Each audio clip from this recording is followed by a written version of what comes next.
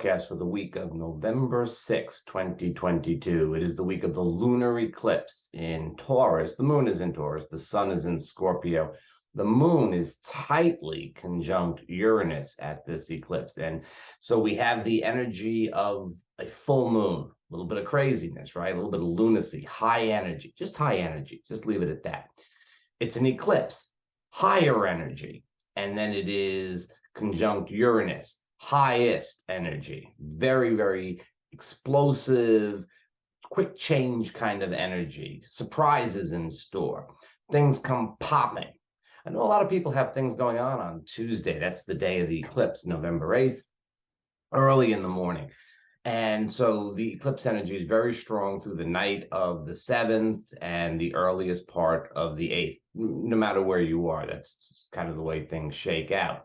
So it is very likely that anything that is sort of scheduled to happen at that time is going to have some surprises, some reversals, and just generally very high energy that could be a little bit difficult to handle. On a personal level, in our personal lives, we may find that this is not an easy time to get things done in the regular way, in a normal way, following through one step at a time.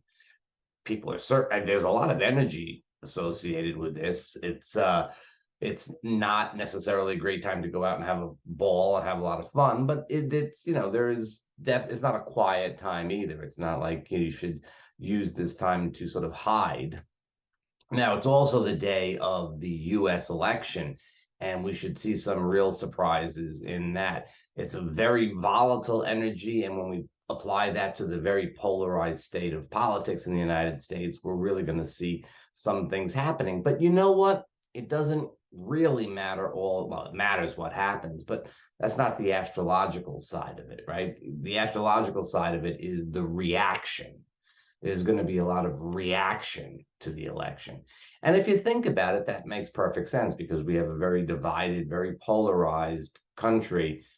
And no matter what the results are,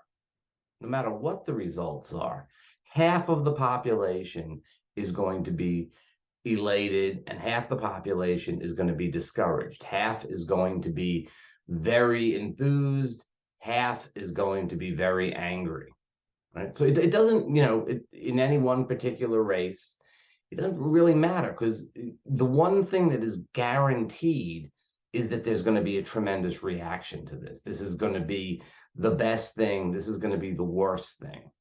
Now, how we handle that, what the actual results of the emotional energy are going to be, we have to wait and see. But there's going to be a very big reaction to it. And, literally depending upon where you stand on things, you'll see, hopeful signs and you'll see disasters.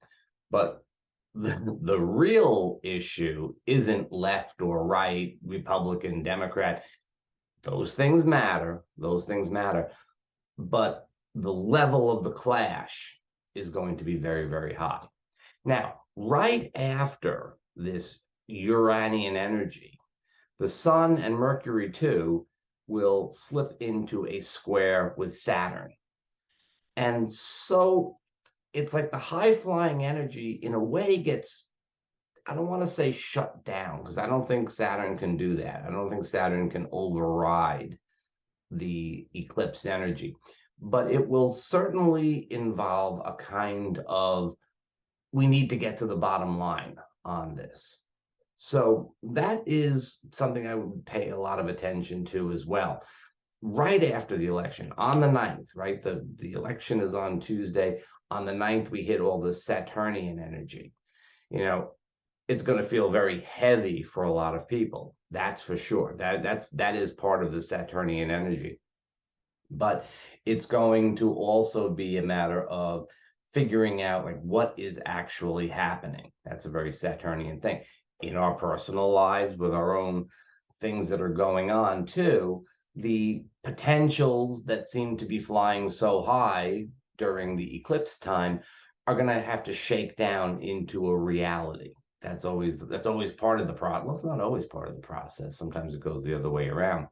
But that's what's happening here. We have a lot of potentials, a lot of things might be said. What do we really mean? What do we really mean?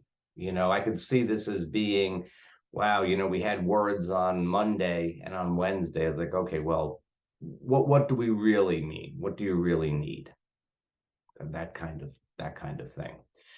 As we go further along in the week with the moon waning, we actually have some very harmonious aspects. Mercury and Venus will be making harmonious aspects. Venus gets the party started by trining Neptune even before the sun squares Saturn, opening up a sense of possibility, and then goes on to trine Pallas Athene. Mercury trines Neptune.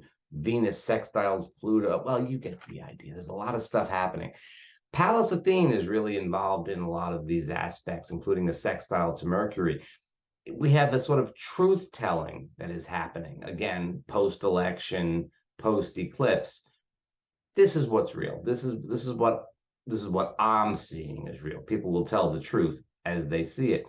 The Venusian aspect should help to smooth things over a little bit. Certainly in the area of relationship, it might help if there's been some tensions around the eclipse or before the eclipse or immediately after the eclipse. The Venusian aspect should soften that up.